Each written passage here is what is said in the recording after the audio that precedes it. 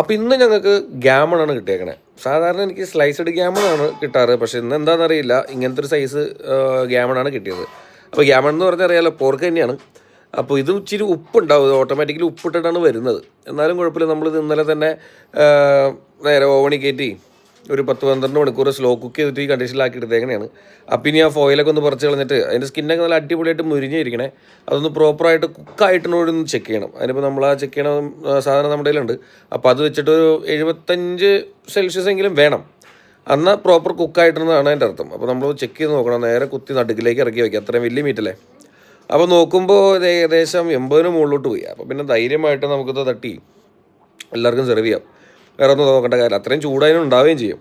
അപ്പോൾ നമ്മൾ കൈയും കാലമൊന്നും പൊള്ളാതെ സൂക്ഷിച്ച് ചെയ്താൽ മതി, വേറെ വിഷയങ്ങളൊന്നുമില്ല. അപ്പോൾ അത് പ്രോപ്പറായിട്ട് വെന്ത സ്ഥിതിക്ക് ഇനി അത് വേറെ പാത്രത്തിലേക്ക് മാറ്റാം. ഈ നമ്മുടെ ചോപ്പിംഗ് ബോർഡിലേക്ക് മാറ്റുക, അല്ലെങ്കിൽ നമ്മുടെ കട്ടിംഗ് ബോർഡിലേക്ക് മാറ്റുക. അത് മാറ്റിയിട്ട് ഇനി അത് കട്ട് ചെയ്യലാണ് ഏറ്റവും വലിയ സംഗതി. കാരണം ഞാൻ അങ്കമാലിക്കാരനാണെന്ന് പറഞ്ഞാലും നമ്മളൊക്കെ നാട്ടിൽ ചെന്നാലും എങ്ങനെയാണ്, ചിലപ്പോൾ എൻ്റെ വീടിൻ്റെ അടുത്ത് എവിടെ പോയാലും ഈ പോർക്ക് കടയാണ്, എങ്ങോട്ട് തിരിഞ്ഞാലും പോർക്കിൻ്റെ കടകളൊക്കെയാണ്.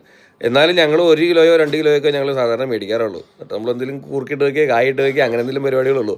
ഇത്രയും വലിയ പീസ് മേടിച്ച് ചെയ്യണത് ഞാൻ ആദ്യമായിട്ടാണ്. അപ്പോൾ ഇത് എങ്ങനെ കട്ട് ചെയ്യുമെന്ന് എനിക്കൊരു ഐഡിയ ഉണ്ടായില്ല. ഇപ്പോൾ ഓൾറെഡി ഞാൻ എൻ്റെ മറ്റേ കർവിങ് മെഷീൻ എടുത്തിട്ടുണ്ട്. ഇനി അതെടുത്ത് നമ്മൾ എന്തായാലും ക്രിസ്മസ് അല്ലേ, ക്രിസ്മസ് കേക്ക് കട്ട് ചെയ്യണമല്ലാണ് തട്ടാന്ന് വിചാരിച്ച്. അപ്പോൾ നേരെ ഇനോഗ്രേഷനൊക്കെ ചെയ്യണ പോലെ അതേ തട്ടണം.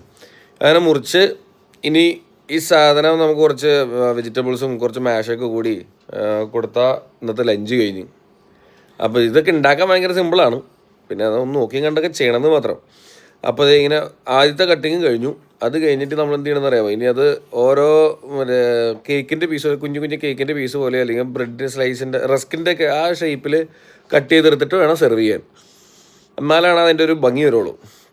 അപ്പോൾ അതാണ് കറക്റ്റ്, അങ്ങനെ ഒരു ഷേപ്പിലും വരുമ്പോഴാണ് ഗ്യാമൺ ആവണത്. കണ്ടോ, ഇപ്പോൾ ഈ കാണുന്ന പോലെ ഓരോ സ്ലൈസ് സെറ്റ് ചെയ്തെടുക്കണം. അപ്പോൾ ഇന്നത്തെ വീഡിയോ ഇത്രേ ഉള്ളൂ. ഇനി ഇത് വെച്ച് ലഞ്ച് റെഡിയാക്കുക, ലഞ്ച് സെർവ് ചെയ്യുക. ഇതാണ് ഇന്നത്തെ എൻ്റെ പരിപാടി. എങ്ങനെയുണ്ട്? ലവ്ലി അല്ലായിരുന്നോ?